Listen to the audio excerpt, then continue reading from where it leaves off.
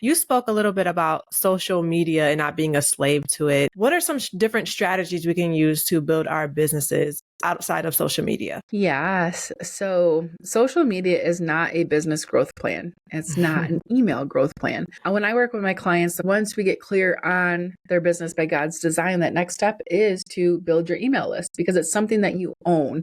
We don't own social media. I mean, back in January, earlier this year, right before a live launch, I got all my social media accounts taken down. Oh, wow. I'm not quite sure why, but I lost all the 7,000 followers on Instagram and 4,000 on Facebook, my community, everything. But it didn't hinder my launch. And it was actually one of the biggest launch events I've had year to date yet because of the lead generation strategies that I teach and focusing on building the email list. So how we can do that is through collaborations. There's probably many ways. There's Facebook ads, there's podcasting, there's YouTube, there's SEO strategies, which are great strategies to utilize. I like to think of them more as the nurture strategy. So I think about them a little bit different. I love podcasting. So it's how I nurture those that are following me or on my email list. But the lead gen is more tailored to collaborations and leveraging kingdom relationships so that you can add value to other people's audiences while building your email list and allowing those that you collaborate with to build their email lists as well. And some of those are virtual events, summits. You may have seen large ones, small ones, intimate things such as roundtables, small conferences. And then we do bundle events, freebie swaps, resources like that. So that's what I teach my clients to do is leverage kingdom collaborations and relationships because we're not meant to do life or business on our own. So when you can do that, we tap into kingdom principles, which actually multiplies not only your business growth, but others as well. Yes, we need to hear that because at any second, like you said, it could get taken down. And then what? If that's all you were depending on, it's like you have to start over. It just makes me want to cry just thinking about it. So this is very important. So you combined faith in business and you believe that business is the battlefield where God is calling his bold daughters to wreak havoc on the powers of darkness while creating an eternal impact, right? So why is it so important to keep Christ at the center of our businesses and to build our businesses with God? Yeah. So as believers and kingdom women in the marketplace, there is such an anointing. And I wish more kingdom women who are called to online business actually understood that. The other day, this is a little bit off topic, but I'm like, where are the multi-million-dollar Christian entrepreneurs? Like, where are they? Yeah. I kind of teared up thinking about it. Like, where are they? I know Jennifer Allwood, my mentor, Kelly Roach, but I'm like, where are they? Right. So anyways, I digress because that really fires me up. The secular system is being profitable and successful. Where are we? Right. So whether you're called to serve the secular world or not, some of us believers are called to serve the secular world. And that's okay because you need to be there. You get to plant the seed. You get to just be who God created you to be and show up and be a blessing to the people you're called to serve in your business. And eventually, Holy Spirit's going to move through how you conduct business in integrity, through how you act, the words that you say. Holy Spirit's going to move to either plant the seed that person needs or open up an opportunity for you to discuss their salvation with them, right? So that's super important. Just be who God created you to be. And for those of us who actually have our faith as the forefront in our online business with scriptures and how we speak, and really we serve, maybe believers, then it's just as important because we're equipping them to get whole, healed, healthy, whatever that is.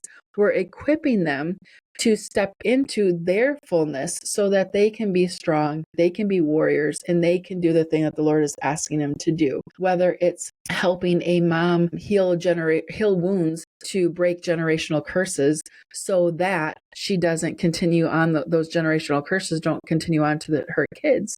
If we can take a step back once again from our why and tap into the movement that God wants us to create and that eternal impact.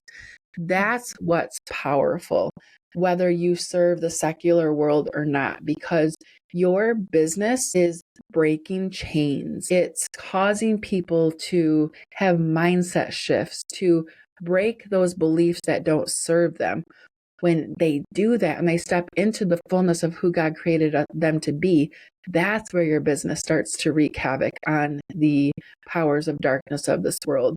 That's where us as believers, whether we serve the secular world or not, really make a difference and be that shining light so that we can see a change here and defeat, all of the evils that's going on and taking place. Because it looks like that side's winning, right?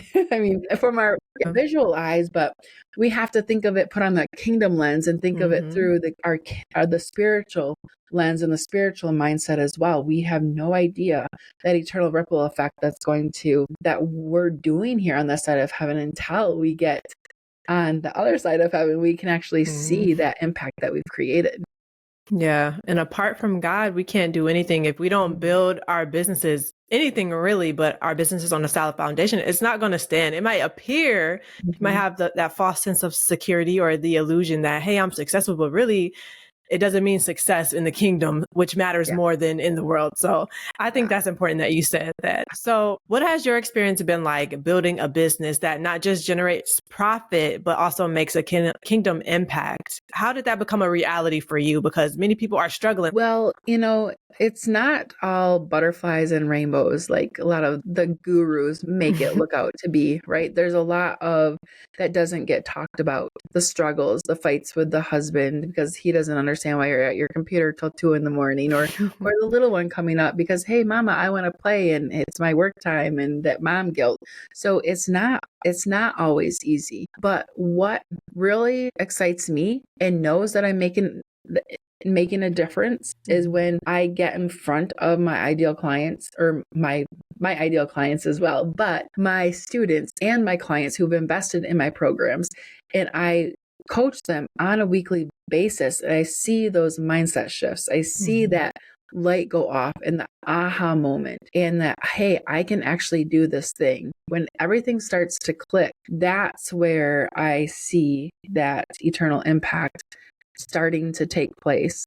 And then financial wise, I mean, we've always had things provided for, even when it got down to, and still sometimes it does with certain things, and it gets down to when are we going to be able to make that next house payment? I mean, it wasn't that long ago, a year and a half, 2 years ago, that we were almost 4 months behind, but I stood on, hey, God said he was going to provide, and he did abundantly. So we were able to catch up, because when you tap into his why and what he wants, he's going to provide your why. There's no ifs and buts about it. You don't have to worry about that.